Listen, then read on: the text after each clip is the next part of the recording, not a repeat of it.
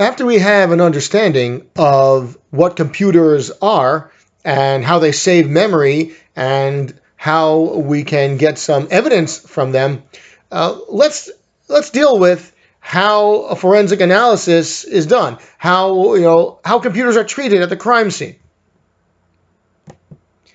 So again, just a bit of a review. Why computer forensics is important, because everyone uses them and they put data on them, and this data can be used to understand and to solve crimes and to understand more about what happened.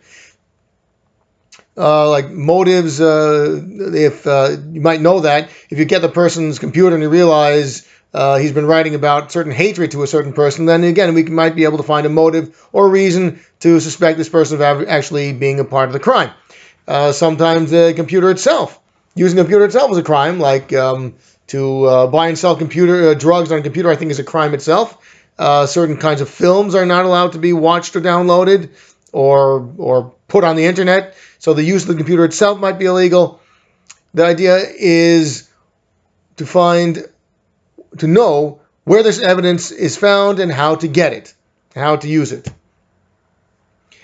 The fact is that a computer is a person's property, and in order to obtain it, you've got to get a search warrant. It's a person's property. Checking someone's computer without permission is illegal search and seizure. A warrant is critical. You must get that.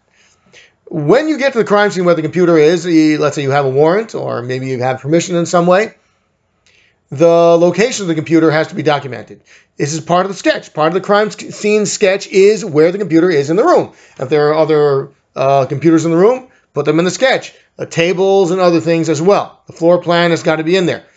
It's very often a good idea to take a picture of the computer's monitor, especially if it's on, because some things once you turn them off, you're not going to know about them anymore. But if a photograph, there might be some information that you can use.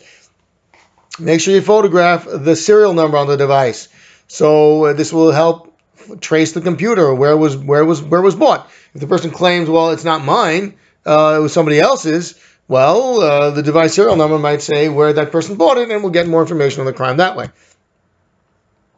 The computer, the question to ask once you see a computer is, should it be removed or not? Now, if the computer's off, it really is not a big deal to remove the computer. You're not really doing much when you do that.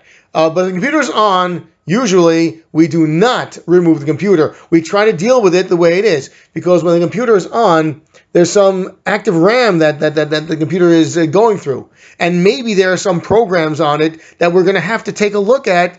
But if we turn it off, we turn it off and take the computer with us, then those programs will be completely lost. But they may have evidence. So if the computer is on, don't remove it immediately.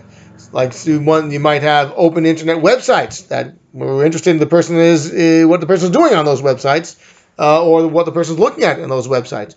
There may be a chat room conversation. Turn off the computer, you lose that. But who this person is chatting with, what they're chatting about, can be a very useful evidence. Sometimes their computers, let's say it's downloading a file. This file might be very important to know what it is. But if you turn off the computer, it won't be written to. The computer won't be written to, and you won't know about that file. Again, these are important things to keep in mind. The reason not to turn off the computer is that if it's turned off, maybe the person he's smart with computers, and he put something in there that if you try to get into the computer when you start it and you put in let's say the code, if you put it in wrong, the person might cause that to immediately delete all files or something else. There may be some tricks that we don't know about.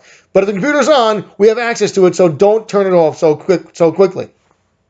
On the other hand, we have to think about something else. Maybe the person heard the police knocking at the door, and he started deleting files. And he told the computer to, start delete a lot of files. So we've got to immediately pull the plug to stop this from happening, depending on how long it takes the computer to delete the files. There is always something to think about. That's the order of volatility. Which files do we want to keep? If something's going to be lost, we want to save the bigger file. We want to save the most amount of memory if possible. The computer, like the computer has RAM, that the computer is constantly actively using it.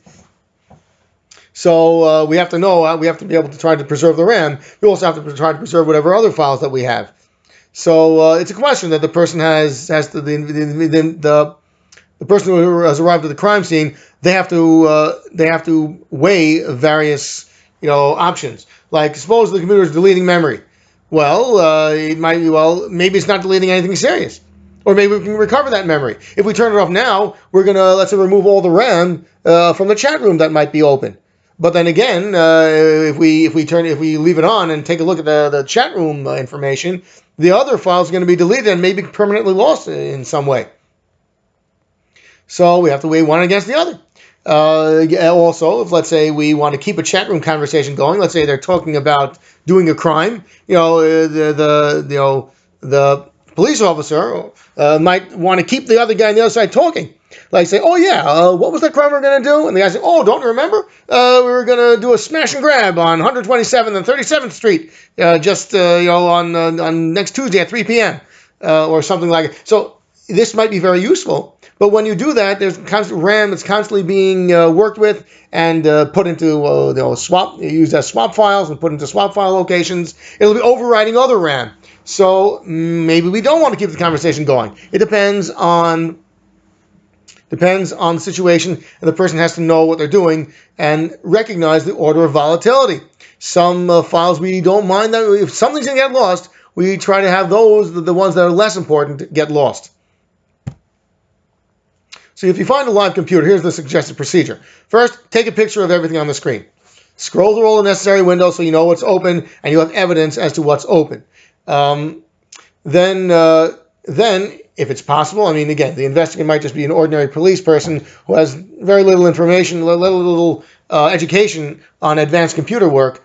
What they should do is immediately call someone who knows what they're doing, some professional, computer forensic analyst, to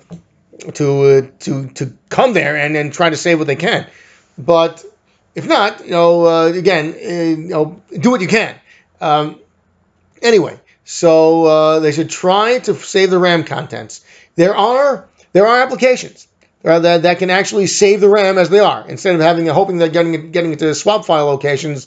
There are programs that'll save the RAM as they are. So if they can somehow attach it to that computer and save it, not to that computer's hard drive device, because who knows what kind of tricks the person did. He might have deliberately tried to delete things, or has some traps that will delete whatever's on the hard drive.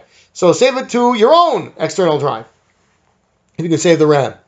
If there's a texting application, let's say they're trying to type out a Word program, a Word file, where there's a lot of information there regarding, let's say, the crime he would be doing, or incriminating information about a crime they did do, some kind of confession or something, I don't know. Whatever it might be, there's many possibilities.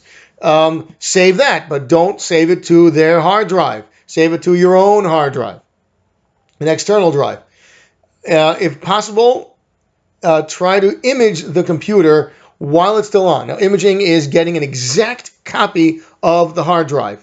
That's what imaging is. It's not just copying the files that can be used. It's copying everything. Every little piece of information that was fragmented in any way will be on the image. That's what imaging is. Just copying the hard drive will only get the files that the computer knows, are useful. Delete